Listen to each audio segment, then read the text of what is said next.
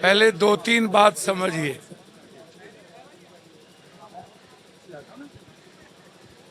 यह जो examination system है या एजुकेशन सिस्टम है या हेल्थ सिस्टम है, इसको पहले से ऐसा समझने की जरूरत है कि हमारे कंट्री में एक भी सिस्टम चलाने वाले अच्छा इंसान, नियत वाला व्यक्ति और किसी भी तरह की एक खूबसूरत विचारधारा, प्रिंसिपल किसी भी सरकार के द्वारा इस कंट्री के राजा, जिसको ये प्रजा कहते हैं, सरकार बनाती है हिंदुस्तान की के मिडिल क्लास, गरीब लोग, आम लोग, किसान के बच्चे, किसान, गरीब, मजदूर, वो लोग सरकार बनाते हैं जिनकी जिंदगी को सरकार नासूर बना देती है। उसकी मेंटल, मानसिक रूप से उसको खत्म कर दिया जाता, आर्थिक रूप से उसको खत्म कर दिया जाता, उन्हें शारीरिक रूप से विपन्न बना दिया जाता, फिजिकल, मेंटल, इकोनॉमिकल, स्पिरिचुअल, सभी तरह से सरकार, कभी मुगल, फिर ईस्ट इंडिया कंपनी, अंग्रेज, अब तीनों व्यवस्था एक ही सिस्टम के पास है। इकोनॉमी 11% लोगों के पास, ईस्ट इंडिया कंपनी बाहर ले जाती थी, यहाँ 2 व्यक्ति 4 व्यक्ति के पास पूरी इकोनॉमी सेंट्रलाइज है। दूसरी चीज, सिस्टम 2 व्यक्ति के पास पूरी तरीके से। उसके बाद जितनी भी संस्था सरकार को एक्ट करती है, चलाती है, या अलग अलग विभाग है, वो सब सरकार से गाइड होता है। और इस सब कुछ में सिर्फ लूट है पैसे का, इकोनॉमी का। सभी तरह के का जो जड़ता है या हमला है आम आदमी के फ्रीडम पर, आम आदमी के एजुकेशन सिस्टम पर, उसकी लाइफलाइन पर, वो सब कुछ के पीछे धन है, इकोनॉमी है। Private nursing, private medical college. मैं बार बार कहता हूं, 1000 बीघा जमीन 1 रुपये में दिया जाता है पूंजीपति को सालाना। फिर 1 रुपया में फॉर्म क्यों नहीं भरा जाता? 7000 में एफएमजी के फॉर्म, मेडिकल सिस्टम का फॉर्म, 85,000 फॉर्म आप सालाना भरते हो। कितना अरब रुपया हो गया? 7,000 को 25,000 से 85,000 को गुना करो। और उसके बाद आप बार बार एग्जामिनेशन, आप बच्चों को लगातार मेंटली इतने हरास करते हो कि वो बच्चे डिप्रेस में चले जाते हैं। वो आम आदमी की जिंदगी को क्या बनाएंगे? वो खुद की जिंदगी के लिए परेशान हो जाते हैं। अभी मेरे बच्ची के आंख में आंसू है। हमारे जसवंत 7 दिनों से पानी पर बैठे हैं। हमारी 2 बेटी भूख हड़ताल पर ओआरएस को लेके बैठी है, अलग से 5 बच्चे, और 35,000 बच्चे लगभग आप एग्जामिनेशन के लिए निकाले। आप मुझे एक बात बताओ, जब कंप्यूटर के द्वारा आप एग्जामिनेशन लेते हो तो आप रिजल्ट उसी वक्त क्यों नहीं देते हो? 15 दिन के बाद रिजल्ट क्यों? इसीलिए कि आप 25 लाख, 50 लाख, 25 लाख, 50 लाख का आप बार्गेनिंग करते हो। जो बच्चे 50 लाख देते हैं, 25 लाख देते हैं। अभी हमारे जसवंत जी कह रहे थे और एक डॉक्टर साहब बोल रहे थे कि एक बच्चा बेहोश कर गया, वो एग्जाम दिया ही नहीं और उसको आप 8 नंबर मार्क दे दिए। जो बेहोश कर गया उसको 8 बार कहां से दे दिए? दूसरी चीज, हमारे बच्चे कहते हैं कि हमको क्वेश्चन पेपर दो। तुम कहते हो मेरे पास क्वेश्चन पेपर 5,000 है। तुम पागल किसको बना रहे हो यार? तुम लोग साइको यहां बैठ गए हो, तुम लोग का इलाज साइकेट्रिस्ट डॉक्टर के पास होना चाहिए। हम तो बोलेंगे डॉक्टर इन लोगों को पागल घोषित कर दे।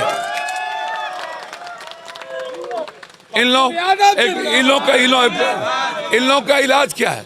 आप कहते हो क्वेश्चन 5,000। अरे भैया 5,000 क्वेश्चन है और छाप लो, सारे क्वेश्चन दे दो।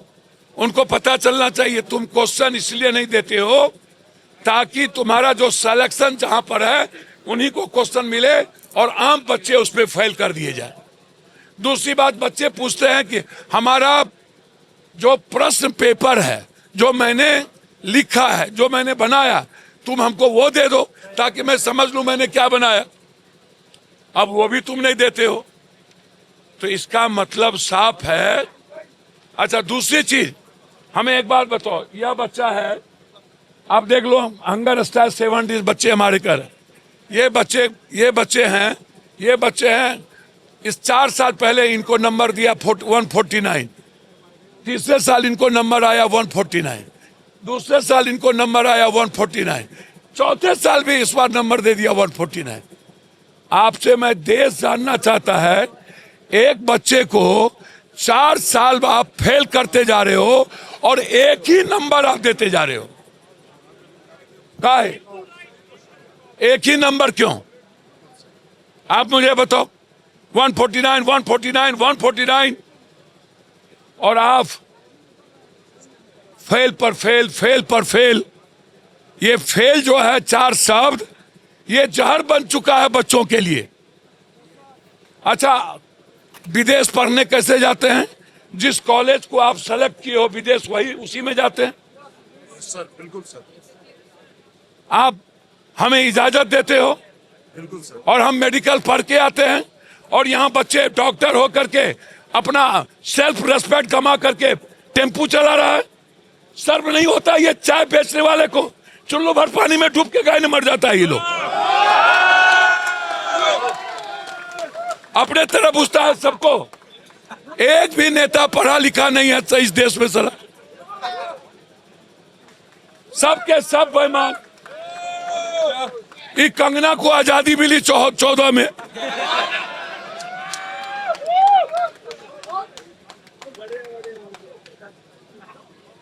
एक 2% नेता को छोड़ दो।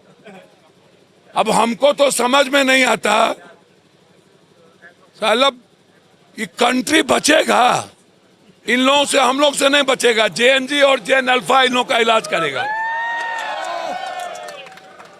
हम लोग तो अपने नौकरी के लिए बात कर रहे हैं। हम लोग को ये 2 लाख मेडिकल, 2 लाख डॉक्टर। अच्छा, ये जो मेडिकल बोर्ड बनाता है एग्जामिनेशन कॉपी जांच करने के लिए, कौन बना रहा है? ये जो नेशनल बोर्ड, ये सबसे बड़का चोर बोर्ड है यहाँ। ये माफिया लोग इस सारा मेडिकल कॉलेज पैसा दे देता है। और ये नड्डा जी, बाप रे बाप, नड्डा जी, चड्डा जी, अंगना जी, कंगना जी, चकना जी। अरे नड्डा जी कितना माल लिए प्राइवेट कॉलेज से, और हमारे बच्चों को बर्बाद करने के लिए। इसीलिए कि विदेश का बच्चा कम हो जाए और प्राइवेट कॉलेज जो 1.5 करोड़ 2 करोड़ में पढ़ाता है उस प्राइवेट कॉलेज का सीट भर जाए। ये प्राइवेट कॉलेज बंद करो, ये प्राइवेट कॉलेज बंद होना चाहिए।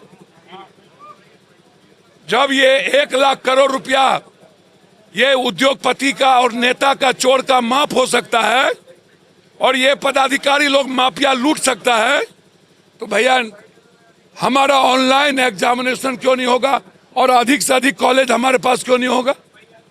आप अकाउंटेबिलिटी तय करो, आप तय करो प्राइवेट कॉलेज की अकाउंटेबिलिटी। आप कुछ भी तय नहीं करते हो,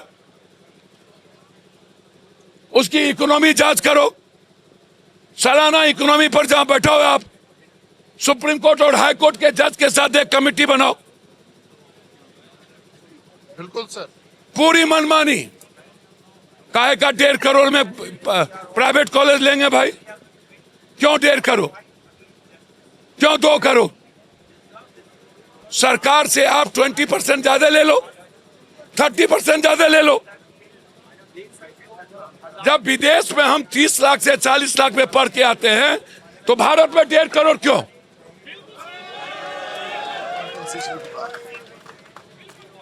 और हमारा सबसे पहला कंपनसेशन लिखा हुआ है कहाँ? यस सर, कागज कहाँ? Yes sir. सबसे पहला बताइए डिमांड ये जो है डिमांड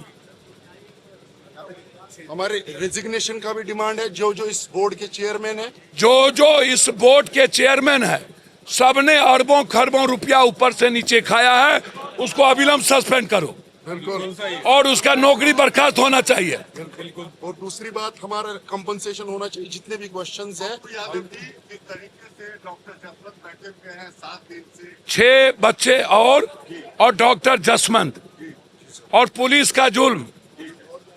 पहले ये लोग झंडा नहीं लगाया आरएसएस वाला, अब हम लोग झंडा लेते हैं तो हम लोग को मारता है। अभी भूख हड़ताल पहले करने वाला है। पहले पहले पहले ये लोग संविधान को कॉपी जलाया, अब हम लोग संविधान से जीना चाहते हैं तो कहता मारो इसको, नटगन मारो। तो ना हमको ये गीता से जीने देता, ना हमको ये रामायण वाला मानता है, ना संविधान वाला, ना झंडा वाला। तो हम लोग क्या हाफ पैंट वाला हो जाएं?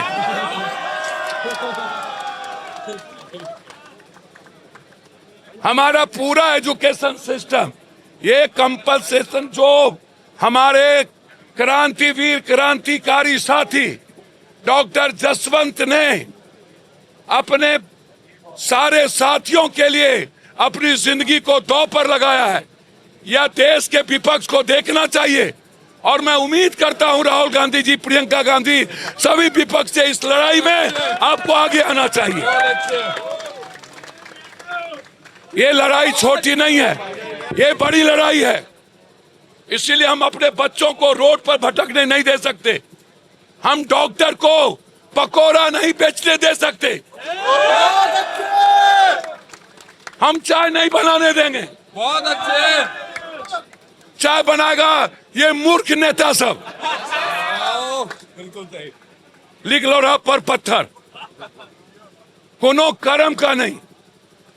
यदि देश बचाना है ना, इन नेताओं को जेन अल्फा और जेन जी ठीक करने दो, देश भी बच जाएगा और चोरी भी नहीं होगी और माल का लूट भी नहीं होगा। सारे कुकर्म का जड़ है नेता और पदाधिकारी, और ये एजुकेशन माफिया और बड़ा बड़ा कोचिंग माफिया।